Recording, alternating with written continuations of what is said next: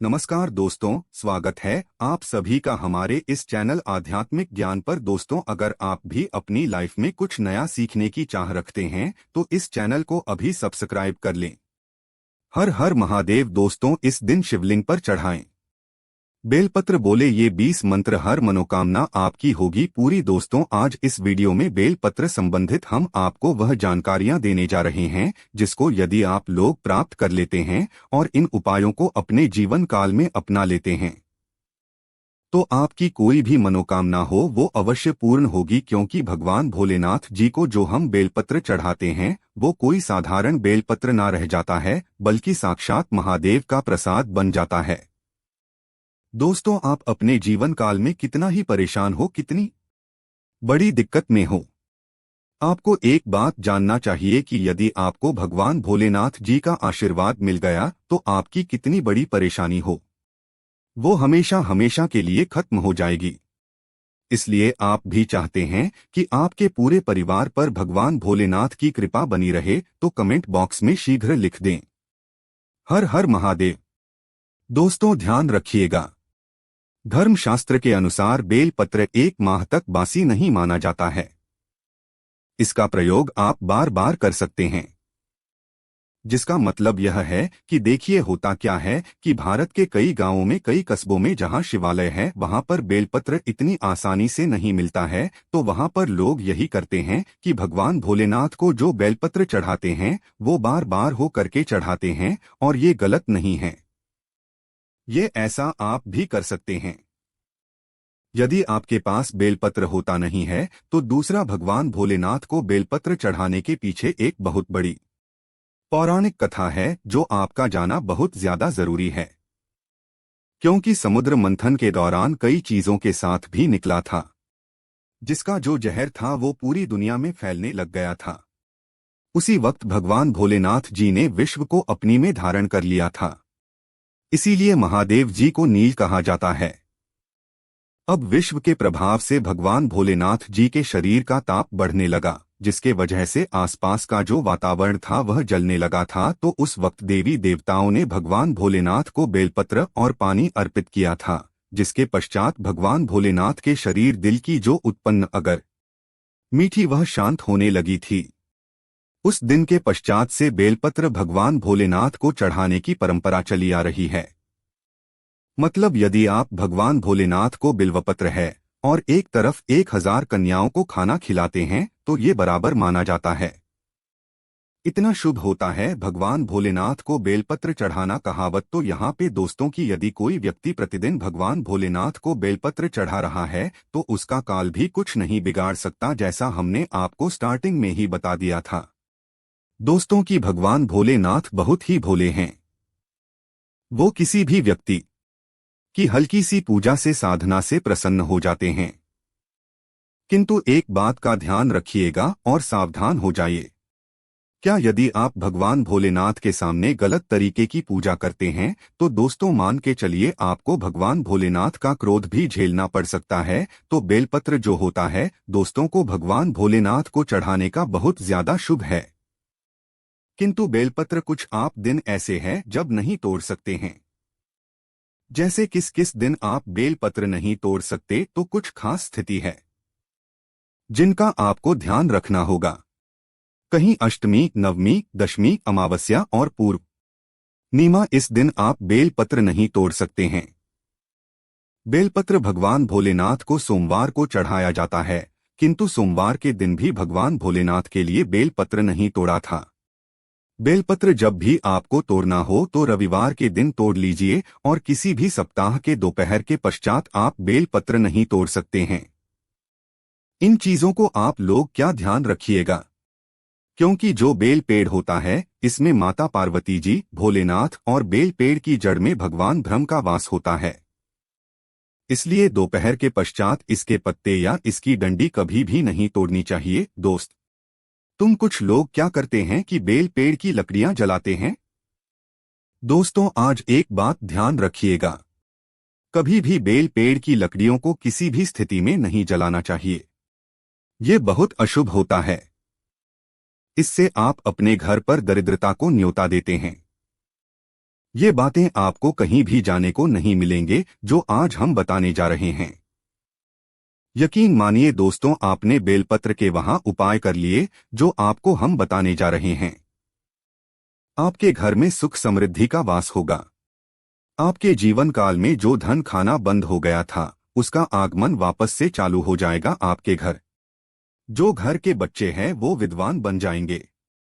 आप यदि किसी रोग की वजह से बहुत परेशान थे, टूट चुके थे, इलाज करा के, तो उस तरीके के रोग से आपको छुट्टी मिल जाएगी। दोस्तों, आखिर बेल पेड़ पत्र की उत्पत्ति कैसे हुई थी?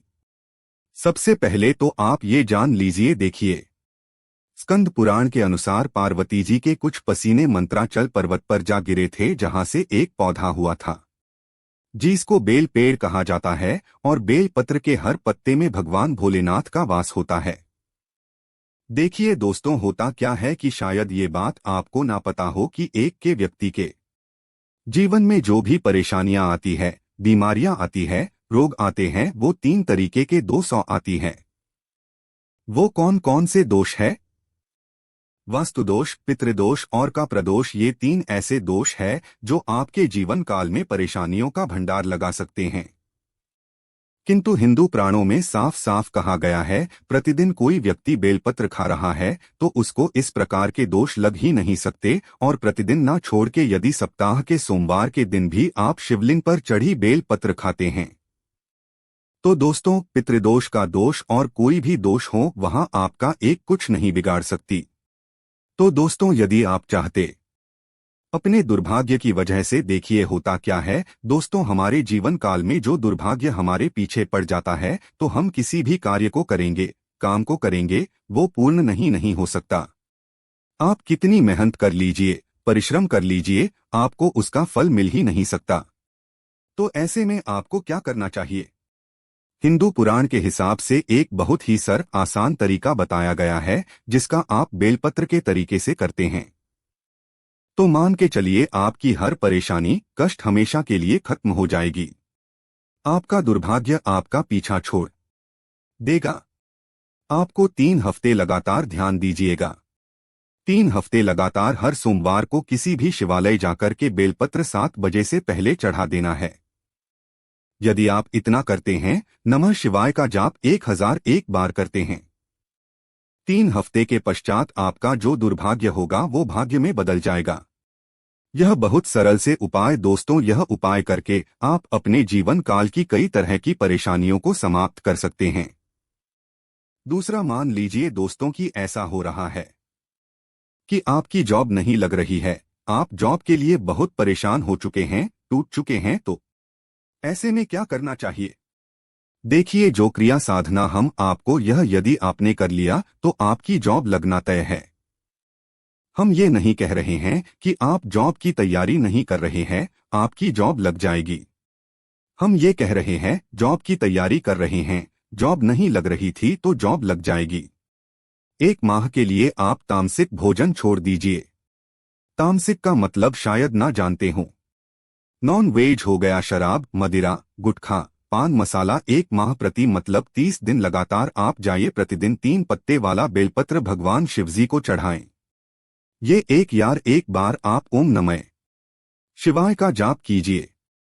आपकी जॉब लगने में जो भी बाधा आ रही थी, वह बाधा हमेशा के लिए समाप्त हो जाएगी और आपको एक अच्छी जॉब की प्राप्ति होगी, क्योंकि भगवान भोलेनाथ ने किसी व्यक्ति को यदि आशीर्वाद दे दिया, उस व्यक्ति के जीवन काल में उसकी हर मनोकामना पूरी होती है।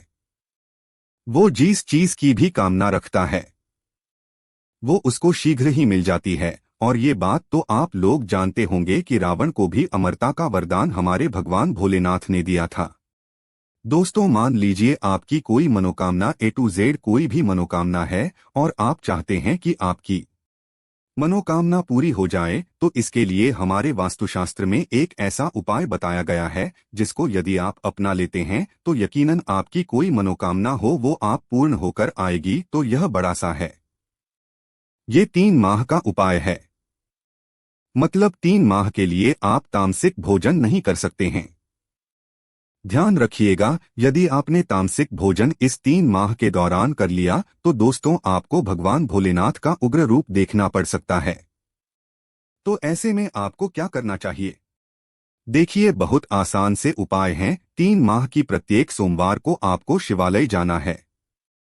सफेद बस उत्तरा धारण करके हाथ में एक धतूरा ले जाना है।